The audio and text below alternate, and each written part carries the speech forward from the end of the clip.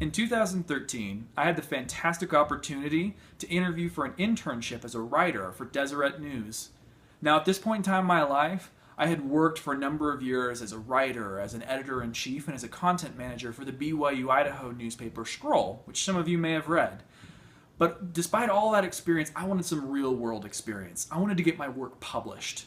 What's more is I had friends who had done the internship before, so I felt like I had a heads up. I was able to pick their brain, ask questions about who I was going to be interviewing with, what kind of questions they were going to ask me, and what expectations they had for that interview themselves. But when the day came, I really felt prepared. I had run practice interviews. I had rehearsed it in my mind over and over again. I had done all my research. I woke up early and I showed up early to my interview. I had woken up so early, in fact, that I forgot to eat breakfast. At the time, it didn't seem like a big deal, but as I waited for my interview to start, my hunger was starting to catch up with me. My interview commenced with the editor-in-chief and the head writer at Deseret News, and at the beginning, things were going okay. I was proud of my answers, and I felt like I was really doing well.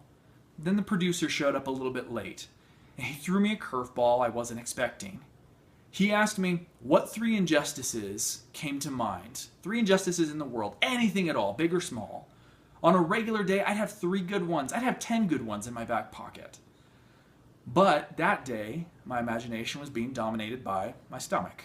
So all my answers were food related. I think my first answer was about how it was an injustice that airlines weren't giving as many complimentary snacks anymore, or how McDonald's in a Dubai airport didn't have a breakfast menu, so I had to get a Big Mac at 5:30 a.m. These were bad answers, make no mistake about it, and I really thought like I was going to lose the internship over this. Miraculously, I got the internship, and everything worked out okay. But I did learn something about the human body. The mind, no matter how much practice, rehearsal it has, will never be as good if the body isn't in sync with it. For some individuals, this is going to be just getting a good workout before you do something big, or getting a massage the day before you have a presentation to land at work. In my case, it was just about eating a good meal. And all of those answers could have been avoided if I had just done that one thing that morning.